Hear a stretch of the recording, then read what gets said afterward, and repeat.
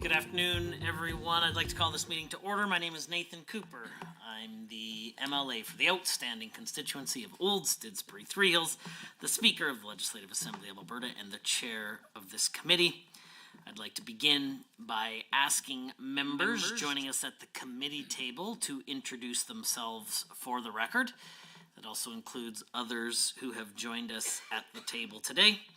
And then I will call on members joining us remotely to introduce themselves as well. Good afternoon, Aaron Roth, Committee Clerk. Tanny Al, Fort McMurray Wood Buffalo. Garth Roswell, Vermilion Lloyd Minster Wainwright. Larry Langley, Sergeant at Arms. Andrew Koning, Speaker's Office. Good afternoon. My name is Dave Egan. I'm the MLA for Edmonton Northwest. And good afternoon, everyone. Christina Gray, MLA for Edmonton Millwoods. Dave Ludwig, Executive Director, LAO. Trafton Koenig with the Parliamentary Council Office. Law Clerk. Shannon Dean, Clerk. Mr. Long. Martin Long, the MLA for West Gillette. Mr. Getson. Mr. Singh. Good afternoon, everyone. Peter Singh, MLA Calgary East. Mr. Sabir. Good afternoon, Irfan Sabir, MLA Calgary Badal. Before we turn to the business at hand, a few operational items. Please note that the microphones are operated by Hansard staff. Committee proceedings are live streamed on the internet and broadcast on Alberta Assembly TV. The audio and video stream and transcripts of meetings can be accessed via the Legislative Assembly website. Those participating by video conference are encouraged to please turn on your cameras while speaking and mute your microphones when you are not. Members participating virtually who wish to be placed on the speakers list are asked to email or send a message in the group chat to the committee clerk. And members in the room, please signal by show of hand to the chair should you choose to be recognized. Please set all your cell phones and other devices to silent for the duration of the meeting. Brings us to item number 2, the approval of the agenda. Are there any proposed additions or revisions to today's meeting agenda? If none, perhaps Ms. Gray would like to make a motion that the Standing Committee on Member Services approve the proposed agenda for its September 24th, 2024 meeting. Is there any discussion? All those in favor, please say aye. Aye. Any opposed, please say no. Participating remotely, please say aye. Aye. Aye. Any opposed, please say no. Motion is carried. Item number 3, the approval of the meeting minutes. Are there any amendments to the meeting minutes from our last meeting? If not, would a member move the approval? Mr. Yao moves that the Standing Committee on Member Services approve the minutes of its meeting held February 5th, 2024. Is there any discussion? Hearing and seeing none. All those in favor in the room, please say aye. Aye. Opposed, please say no. Joining us remotely, please say aye. Aye. Aye. Any opposed, please say no.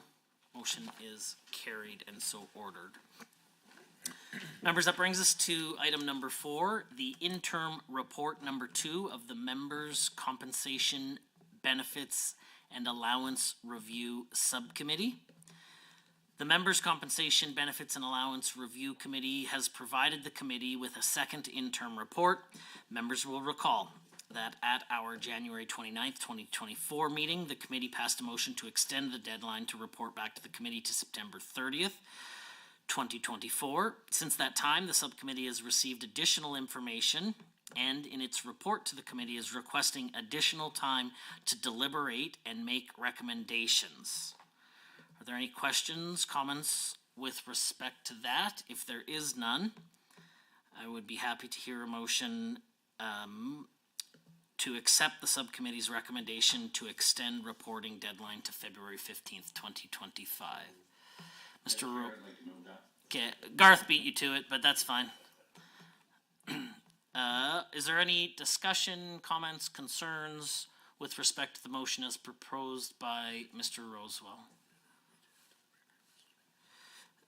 The motion, for the purposes of the record, is that Mr. Rosewell moved the following: that the Standing Committee on Member Services accept the subcommittee's recommendation to extend its reporting deadline to February 15th, 2025. All those in favor of the motion, please say aye. Aye. Any opposed in the room, please say no. Joining us remotely, in favor, please say aye. Aye. Any opposed, please say no. Motion is carried and so ordered. Brings us to item number 5, allowance for members' residential security system. And I also have some additional information about other security changes that I intend to make available to members. As the committee is aware, under constituency service orders, members of the Legislative Assembly are currently entitled to an annual allowance of $1,500 in relation to the installation and operation of a security system at their permanent residence and their temporary residence. Over the course of the last several months, I've received information from members that this amount may not be sufficient to maintain adequate security, including enhanced security, such as cameras for inside and outside of members' homes.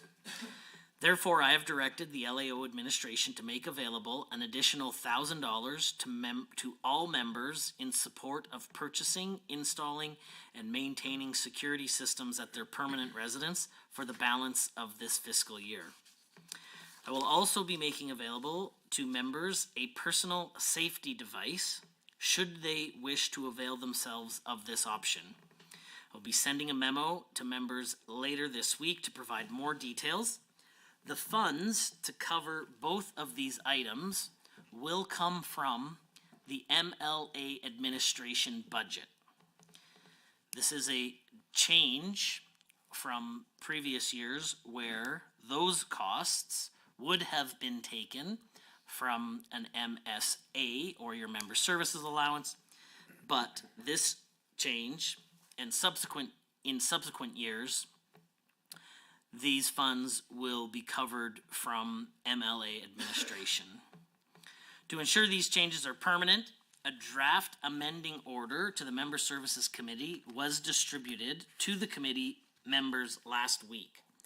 Under these changes, the cost for a residential security system will no longer come from each member's MSA and instead would be provided as part of standard administrative support provided to members of the Assembly. The amendment would also ensure that members are provided with a personal safety device if they wish to have one. These changes, if approved, would be effective for the 2025-2026 fiscal year. This will allow the Legislative Assembly Office Administration to include this in its budget preparations. To provide further clarity, the additional $1,000 for members that may choose to use additional security services in their home, that $1,000 will come from the MLA administration. At present, there is a $1,500 amount in member services allowance that will also be used out of that budget in this fiscal year. In next fiscal year, all of security costs will be covered from the MLA administration. If anyone has any questions or concerns about either of those, I'm happy to take them. If they have additional questions with respect to the personal security device, the Sergeant at Arms is also available at this meeting to provide further clarification, but I also know that he is willing to speak to both caucuses about what that may look like in members that elect to have a personal security device. Traditionally, this has been an emergency response bracelet. It provides very similar functions, although to a much more enhanced capacity for members that choose to engage in the personal safety device program. Are there any questions, comments, concerns? Christina.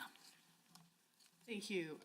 And I just want to say thank you to the Sergeant at Arms who took the time to meet with the New Democrat Caucus this morning really quickly so that we could gather any questions prior to the Members Services Committee meeting, and appreciate his time and what's coming forward.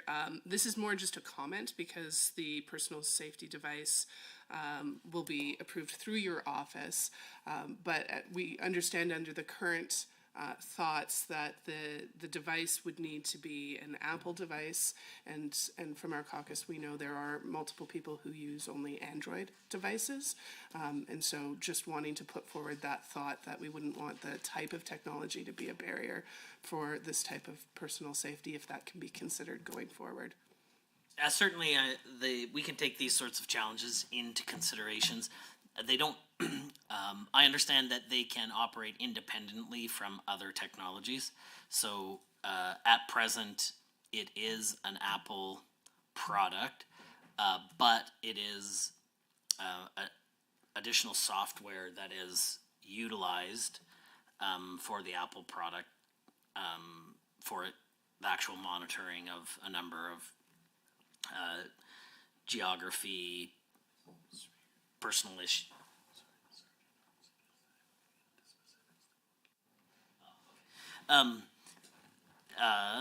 So broadly, that is the case. Because there are some operational sensitivities with respect to the actual device that members will have. If there are more technical questions than we've already answered, it may be advantageous to go in camera so that we can provide as much information to members who might like it, but we also want to be sensitive to the operational security issues that the Sergeant's office also has concerns about. But no problem at this point, but if there are more detailed questions, we may entertain a motion to do such a thing. Are there other questions, comments, or concerns?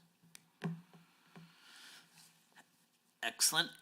Seeing and hearing none, I do have, I'm not sure if we proposed the motion.